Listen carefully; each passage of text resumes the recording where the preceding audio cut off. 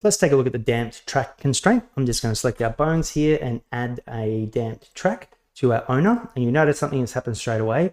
It's pointing directly at the head of our target bone. And let's have a look over here. We can actually decide whether we want it to point to the head or the tail with this sliding. And as you've learned from the copy rotation constraint, this one will use the Bezier bone. So if this bone is curved, it will follow that curve with that setting. But let's just put it back to default of 0. And here, our tracking axis is going to decide which way the bone is going to point. And obviously this is positive Y, which is why it's pointing that way towards the bone, but we can change that. We can choose the X. So now we've got the positive X, or really here, as we remember, the pivot point of our bone is here. So the positive X is pointing, or the Z. So now we've got the positive Z pointing towards the bone, and these are the negative values. But most of the time you find yourself using the positive Y, which is the length of the bone. Now, one thing to note with this, you don't have much control over the swing of the bone. It's just going to use the shortest rotation possible to point at the target. And we don't have much control over which way this bone is rolling in pose mode. If you need specific control over that, you'll need to use one of the other constraints. Now, the next constraint we're going to look at is the track 2 constraint. So this is very similar to our damped track, although we have more settings to work with. So you already should know what the head and the tail will do, but this is kind of gobbledygook until we set it up correctly. So I want to actually track to the Y axis, which is the length of the bone. I want to point the length of the bone to our target here. So I'm going to choose Y, but I want you to notice that it has gone red straight away.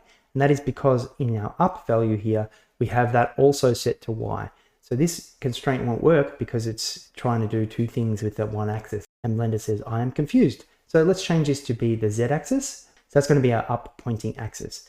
So now when we move this around, it's going to follow that, but it's always going to try and keep that Z axis pointing towards up. So that is the track 2 constraint. One thing you'll notice with this one, we actually can't rotate it like we could with the damped track. So this basically takes over the whole entire rotation of the bone, which is sometimes not what we want. So now let's look at the locked track constraint. I'm going to select my target, my owner, and set it up. I'm going to choose this one here, locked track. And you'll notice that the difference in the icon between the track 2 and the damped track. And this is actually the way that I remember what the locked track does. It's going to operate much like a compass, and it's only going to point towards the general direction. It's not going to track directly to it. That will make sense in a moment. So basically I've clicked it here and you can see it's tracking along the Y axis, but we've got a similar constraint, but we need to do some setting up. So I want to track along the Y axis, but I also want to lock an axis. And whatever axis that we lock is going to be the one that it spins around. So I'll just disable it for now so we can actually see what axis that we want to work with. And I want to kind of pin it in the middle and have it swivel around this way.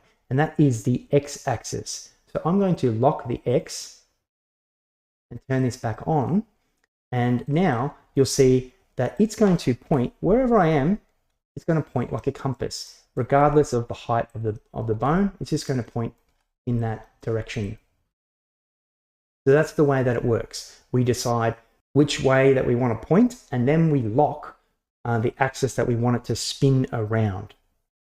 Now those three tracking constraints, the track 2, the locked track, and the damped track, they're all very similar, but they also have their own purposes. So just to recap, the damped track is kind of like, it will point to the target, but you don't have much control over the roll. The track 2 will point to the target, but you have no control over the roll because it takes over all of the rotation for you. And the locked track will point like a compass. And if you forget that, just look at the icon.